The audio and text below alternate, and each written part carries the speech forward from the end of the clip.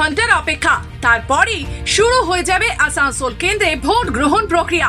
অর্থাৎ রাত পোহালে চতুর্থ দফার ভোট আসানসোল কেন্দ্রে। আর এই লোকসভা নির্বাচনকে কেন্দ্র করে দুটি ডিসিআরসি সেন্টার বানানো হয়েছে আসানসোল কেন্দ্রে।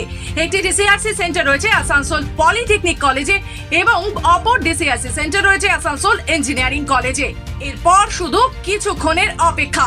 ইতিমধ্যেই ডিসিআরসি সেন্টার থেকে ভোট কর্মীরা ভোটের সরঞ্জাম নিয়ে ভোট কেন্দ্রের দিকে রওনা দিয়েছেন। ডিসি হচ্ছে পোলিং পার্সোনাল যারা আসবেন, হ্যাঁ, তারা এখান থেকে materials, EVM, control unit, ballot unit এগুলো কালেক্ট করে নিয়ে যে যার নিজস্ব পোলিং স্টেশনে যাবেন।